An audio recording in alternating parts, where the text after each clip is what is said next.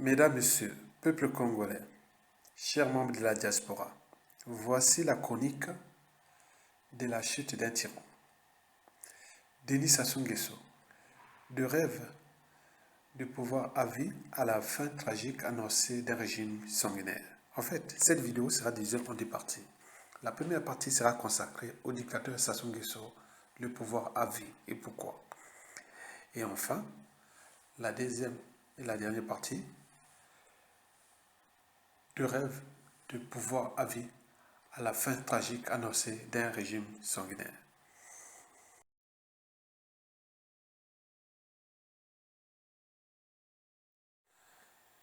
Mesdames, Messieurs, peuple congolais, chers membres de la diaspora, question. Le dictateur Denis Sassou Nguesso, le pouvoir à vie, c'est tous les questionnements. De mon point de vue, ma réponse est à la fois oui et non. D'abord, qu'est-ce qu'un pouvoir à vie? Le pouvoir à vie peut être à titre privé, sa descendance, son héritage génétique par exemple. Sur ce point, Denis Sassou Nguesso, avec ses nombreux enfants alutériens, est tout à fait habilité et à juste titre dépositaire de ce pouvoir. En effet, ses lignées et branches génétiques en parleront certainement de lui pour encore de nombreuses années. Tant pis aux naïfs, aux peureux, aux lâches, aux serviteurs volontaires, aux accompagnateurs de ces crimes, de ces coups bas et coups tordus, contre tout le monde dans ce pays, même contre les femmes, depuis presque 50 ans. Comme l'est le peuple, ils en payent aussi le prix. Rendez-vous compte qu'un Congolais sur 25 000 a les gènes de Denis Sassou Nguesso à l'état hétérozygote. Confère votre généticien. À défaut, après son départ ou sa chute, faites une loi rendant obligatoire des tests génétiques pour l'obtention des passeports et des postes de responsabilité, par exemple, dans l'administration des institutions, dans la politique, dans la fonction publique, les armées, la police, les renseignements, la diplomatie, l'économie, etc. dans ce pays. Certainement, vous confirmerez ma thèse selon laquelle qu'un Congolais sur 25 000 a désormais les gènes de Denis Sassou Nguesso à l'état hétérozygote. De ce fait, le pouvoir à titre privé de Denis Sassou Nguesso dans ce pays est à vie. Par conséquent, la probabilité, ou plutôt le risque qu'un fils, petit-fils et ou arrière-petit-fils de Denis Sassou Nguesso prenne le pouvoir dans ce pays au cours des prochaines années est très élevé. Pire encore, dans les années à venir, les descendants d'anciens dignitaires de Denis Sassou Nguesso pourront à leur tour servir sa descendance au niveau politique. Et pourquoi?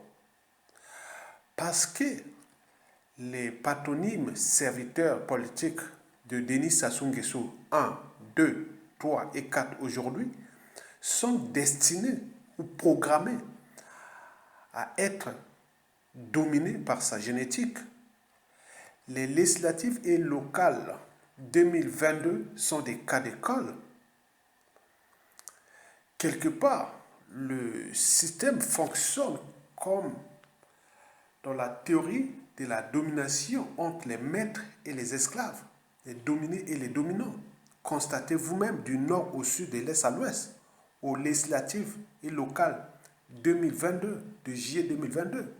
Vous allez voir des anciens traîtres, aux tueurs, aux serviteurs et autres, tous ceux qui ont mené des coups bas et coups tordus contre l'État, les institutions, l'administration, contre les uns et les autres, sont là, ces enfants, petits-enfants. Ils sont maintenant introduits dans ces législatives-là pour programmer ou préparer la monarchie du clan Sassou Nguesso à venir. Donc, sous ce plan, on ne peut pas contester que le pouvoir de Sassou Nguesso n'est pas à vie. Non, il est à vie. Sassou est en train de préparer le futur. Puisque le futur, c'est tout simplement le passé et le présent qu'on ignore.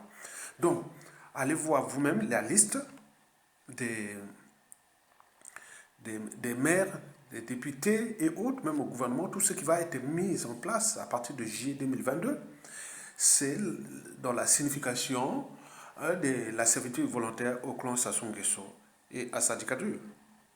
Donc, la démonstration est faite là. Merci beaucoup.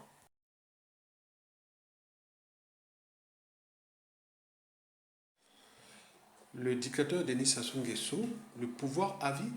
Oui. Et pourquoi?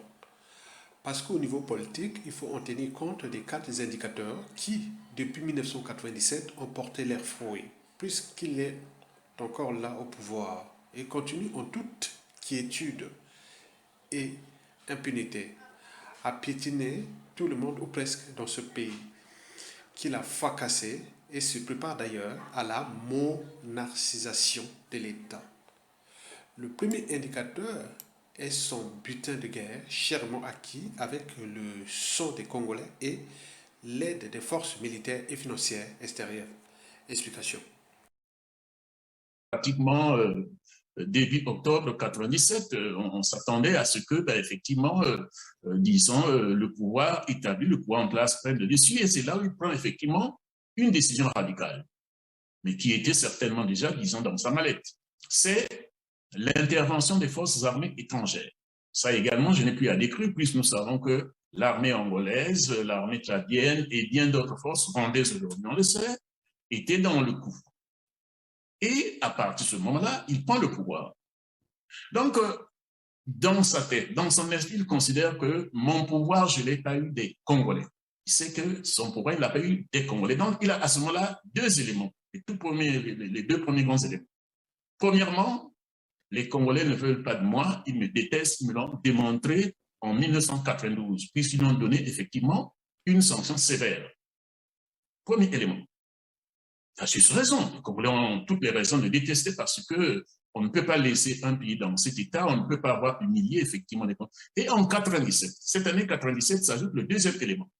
C'est le fait que je viens de reconquérir le pouvoir par le biais des armes et avec le soutien des armées étrangères, avec le soutien des forces financières étrangères.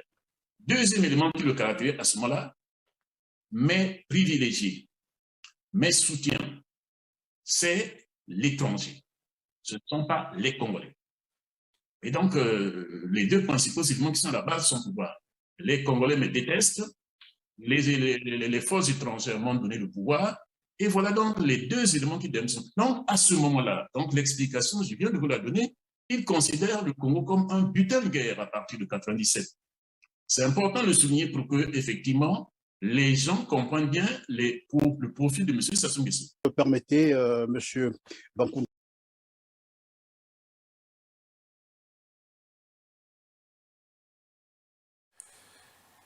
Effectivement, depuis 1997, Denis Sassou Nguesso se conçoit comme un conquérant armé. Par conséquent, tant qu'il n'y aura pas une force armée et ou insurrectionnelle supérieure à lui, il ne cédera pas le pouvoir. Il mourra au pouvoir. C'est ce qu'on appelle la mégalomanie. En effet, dans sa tête, il s'est construit le rêve d'un pouvoir éternel et Jean de la France-Afrique comme sa compagnie d'assurance liberticide, antidémocratique, antisociale et criminogène.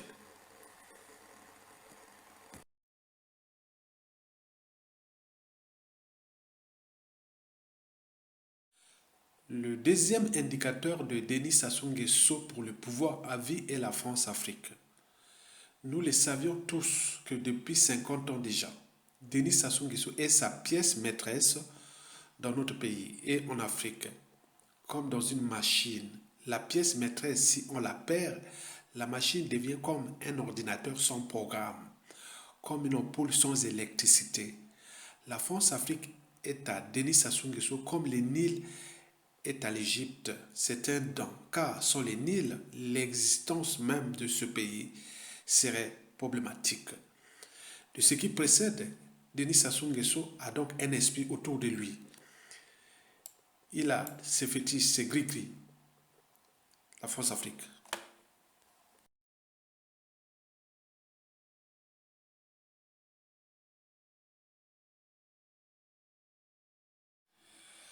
De ce qui précède, Denis Sassou Nguesso a donc un esprit autour de lui.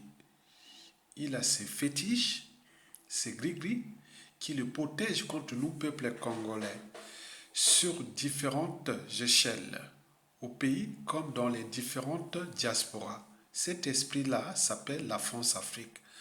Voilà pour le décor ou l'emballage de la France-Afrique de Denis Sassou Nguesso, dictateur à vie. Analysons maintenant l'envers du décor, ce qui se cache derrière la France-Afrique pour que Denis Sassou Nguesso, maire au pouvoir, dictateur à vie. L'envers du décor de Denis Sassou Nguesso, dictateur à vie, est assis sur 5 piliers. Et la fin ne justifie pas les moyens employés par les deux coéquipiers, dont Denis Sassou Nguesso et la France-Afrique, pour les défendre et le plus souvent avec mort d'homme, d'où les capitales décès de plus de 1 million de morts depuis déjà ces 25 dernières années.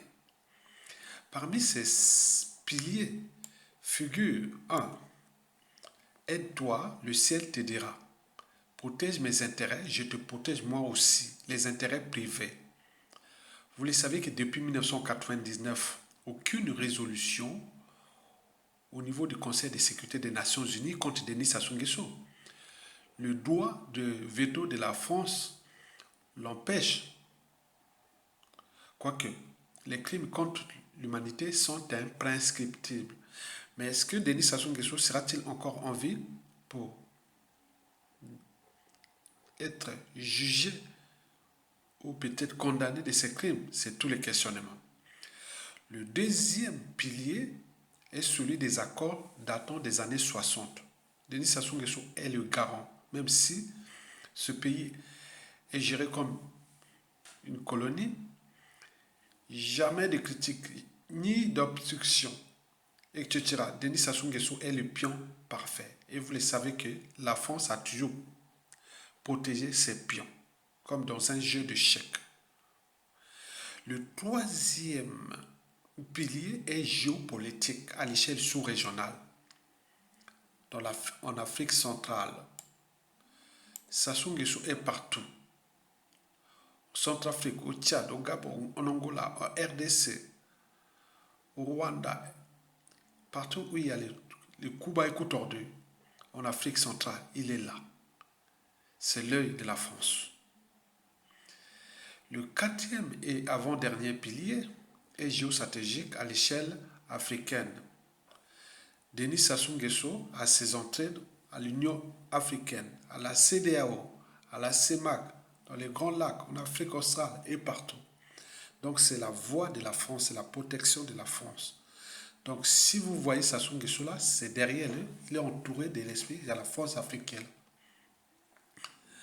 Donc la voix de la France. Enfin, le cinquième et le dernier pilier est géostratégique à l'échelle planétaire. Par exemple, la crise ukrainienne entre la Russie et l'Ukraine. Bon, Sassou Nguesso est là. Donc il est là et c'est un peu de prendre toutes les informations au service de la France-Afrique. Derrière la France-Afrique, c'est la France. Et donc, vous voyez là l'essentiel des gris-gris de Denis Sassou Nguesso, dictateur à vie. Donc, le reste n'est que jeu d'enfant. Donc, à partir de ces 5 piliers précités, vous pouvez comprendre pourquoi et comment Denis Sassou Nguesso tient-il sa tyrannie contre notre pays sans qu'aucune résolution au niveau des Nations Unies, sans que la France puisse prendre les responsabilités de défendre même les libertés fondamentales, même les droits fondamentaux, même la souveraineté des peuples, même les institutions, les constitutions et autres. Non. Sassou Nguesso est le pion. Il est à sa place. C'est au moment que vous comprenez comment fonctionnent ces choses-là, vous pouvez avoir une part de philosophie. Merci beaucoup. Le troisième et dernier indicateur de Denis Sassou Nguesso, dictateur à vie, est tout justement la monnaie de singe. En effet, le 2 juillet 2017, je publiais dans mon blog Congo Objectif 2050 ceci. Le dictateur Sassou Nguesso veut assainir le Congo avant l'accession au pouvoir de son fils Denis Christophe Sassou Nguesso au poste de président du Congo-Brazzaville. Près de 100 assassinats sont prévus dans un avenir proche. Ce sont ceux qui sont dans le système et qui connaissent ses secrets, ou ceux susceptibles de gêner son fils Denis Christophe Sassou Nguesso, de même que les individus brillants qui gravitent autour du pouvoir, civils comme militaires, et les affairistes liés au pouvoir. Sassou Nguesso avance, mais vous restez naïf en pensant que vous serez épargnés. Les assassins ne se limitent plus qu'aux opposants. Je ne pars pas seul. Je ne dois pas laisser des témoins de mes crimes. Dixit Denis Sassou Nguesso. Fin de l'extrait de l'article publié dans Congo Objectif 2050 le 2 juillet 2017. Et la suite, on la connaît depuis déjà. Sur 100 assassinats prévus, il en a déjà assassiné plus d'une vingtaine. Et donc d'ici à 2023-25, donc on pourra dire, on perd déjà tout ce monde-là. À qui la faute? Il y a un autre point que je voudrais évoquer, c'est que nous avons eu dans les années 90, dans une ancienne colonie française, le Congo, une guerre civile qui a fait 400 000 morts sur 4 millions d'habitants, c'est-à-dire 10% de la population. On n'en parle pas non plus. Il y a un autre point que je voudrais évoquer, c'est que nous avons eu dans les années 90, dans une ancienne colonie française, le Congo, une guerre civile qui a fait 400 000 morts sur 4 millions d'habitants, c'est-à-dire 10% de la population. On n'en parle pas non plus.